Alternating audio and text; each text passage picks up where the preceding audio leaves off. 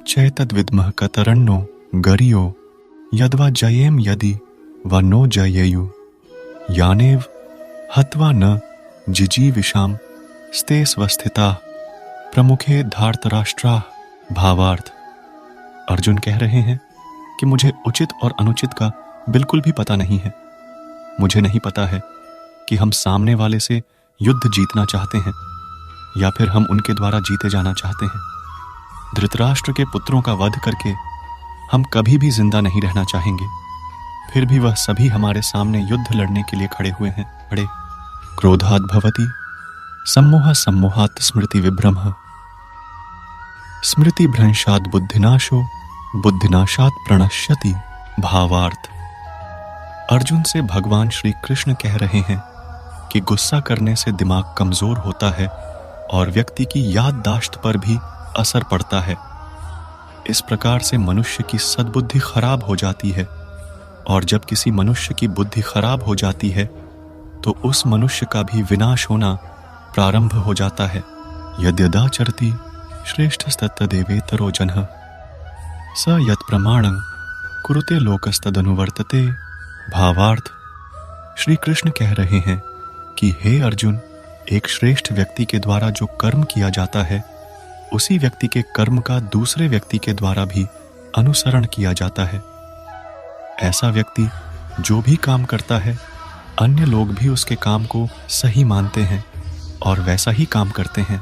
ध्यायतो विषयान् पुंसः संगस्तेषु उपजायते संगात् संजायते कामः कामात् क्रोधोऽभिजायते। भावार्थ, श्री कृष्ण कह रहे हैं कि अर्जुन, किसी इंसान के द्वारा अगर लगातार विषयों और कामनाओं के बारे में विचार किया जाता है तो इंसान को उसके साथ गहरा लगाव हो जाता है और यह लगाव ही व्यक्ति के मन में इच्छा पैदा करता है और जब इच्छा पैदा होती है तो क्रोध भी जन्म लेता है। हतो वा प्राप्यसि स्वर्गम जित्वा वा भोक्ष्यसे महिम तस्मात् उत्तिष्ठ कौन्तेय युद्धाय कृतनिश्चय। भावार्थ, श्री कृष्ण कहते हैं कि हे अर्जुन, अगर युद्ध करने के दरमियान तुम वीर गति को हासिल हो जाते हो तो तुम्हें स्वर्गलोक प्राप्त होगा और अगर युद्ध तुम जीत जाते हो तो भी इस धरती पर राजसी ठाठ बाट प्राप्त होगा। इसलिए चिंता ना करो और युद्ध के लिए शस्त्र उठाओ। बहूनि में व्यतीतानि जन्मानि तव चार्जुन तान्यहम वेद सर्वाणि न त्वं वेत्थ परंतप। भावार्थ, श्री कृष्णा कह रहे हैं कि हे अर्जुन, हमारा यही सिर्फ जन्म नहीं है बल्कि हमने इसके पहले भी हजारों जन्म ले चुके हैं।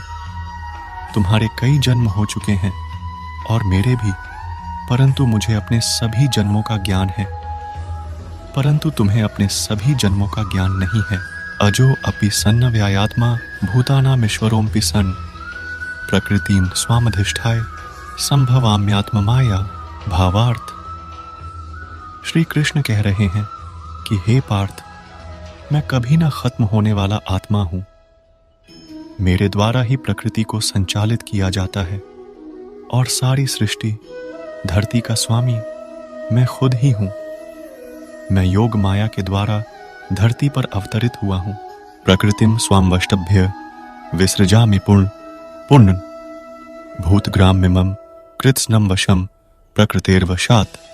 भावार्थ, गीता के चौथे अध्याय में श्री कृष्ण के द्वारा कहा जा रहा है कि सारी प्रकृति को मैं अपने वश में करके प्रकृति पर मौजूद सभी जीवों को उनके कर्मों के हिसाब से मैं बारंबार पैदा करता हूं, अर्थात उनकी रचना करता हूं। अनाश्रित कर्म फलम कार्यम कर्म करोति य स सन्यासी च योगी न निरग्निर्णा चाक्रिया।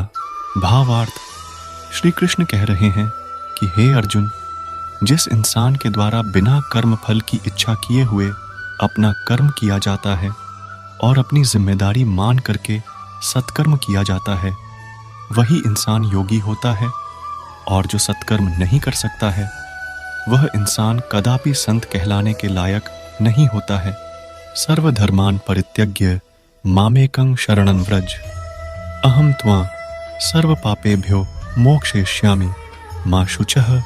भावार्थ, श्री कृष्ण अर्जुन से कह रहे हैं कि हे अर्जुन, दुनिया के सभी धर्मों को छोड़कर के अर्थात सभी प्रकार की मोह माया को त्याग करके तुम मेरी शरण में चले जाओ, क्योंकि मैं ही तुम्हें तुम्हारे पापों से मुक्ति दिलाने में सक्षम हूं।